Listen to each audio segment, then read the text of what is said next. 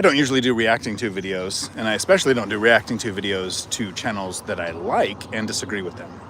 But recently, Patrick Bet David did a video where they used statistics and data to show that stocks appreciated more than real estate, and they used several examples over decades.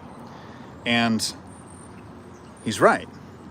And here's why I'm making a reacting to video and saying I disagree.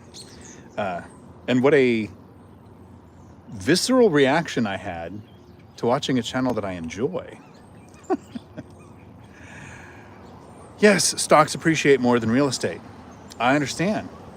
But you completely ignored, obfuscated? I don't know. Skipped. The reason we invest in cash flow is not appreciation. It's cash flow.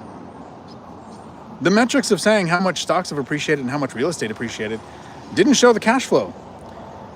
Hundreds of thousands of dollars a year over years compared to the appreciation I've still never touched. Yeah, cash flow matters. The appreciation doesn't talk about principal pay down, right? The tenants are paying off good debt for us. The appreciation metric of stocks versus real estate doesn't point out the tax benefits that the appreciation in stocks that you only see if you actually sell doesn't happen in real estate, because we have a few options. First, the cash flow. We can write off depreciation, expenses, write-offs. We can sell in 1031. There's a stepped up basis. There's all these ways that we legally avoid the taxes that stocks are going to experience. You have, with stocks, if you invest $100,000 and it appreciates 10%, you make 10 grand when you sell that you pay taxes on. With real estate, if you invest $100,000 and you get a 10% cash on cash return, you're going to make $10,000 the first year after taxes because of depreciation and write-offs.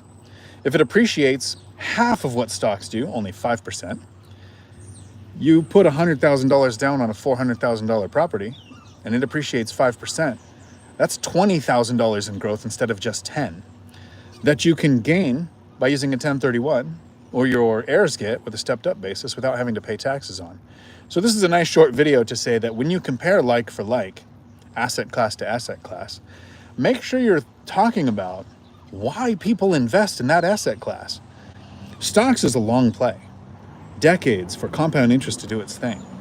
For you to be invested on the 10 to 20 specific days that actually make the appreciation happen so that you don't touch your stocks, yes, that don't generate cash flow, that when you do retire, you're living on the 4% rule, hoping that inflation doesn't outpace your appreciation.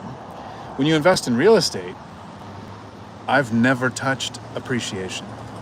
I don't care if prices go down, just like everyone else. I'm hoping that they do, that there's a crash so that I can buy more things on sale. But the cash flow makes it to where on a Friday, I could sit around and go, thank you, Scott, for reminding me that PBD, a guy I like and watch and follow, made kind of a dumb video. And yeah, I'm calling him out as that was a dumb video. Stocks appreciate more than real estate if you look at the historical data without looking at cash flow or levered appreciation or principal pay down or the fact that Congress is full of property owners that keep making laws that benefit property owners. Such a weird thing that we have going on there. Have a weekend full of amazing. This was just me being a snarky asshat for a minute, picking on PBD, who's amazing and you should watch. Just leave a comment in that video saying, what about appreciation and principal pay down and cash flow being levered? If you want your questions answered during a live, or you want to yell at me for calling out PBD for something, I do live streams every Tuesday at 4 p.m. Pacific where I answer every question that comes in.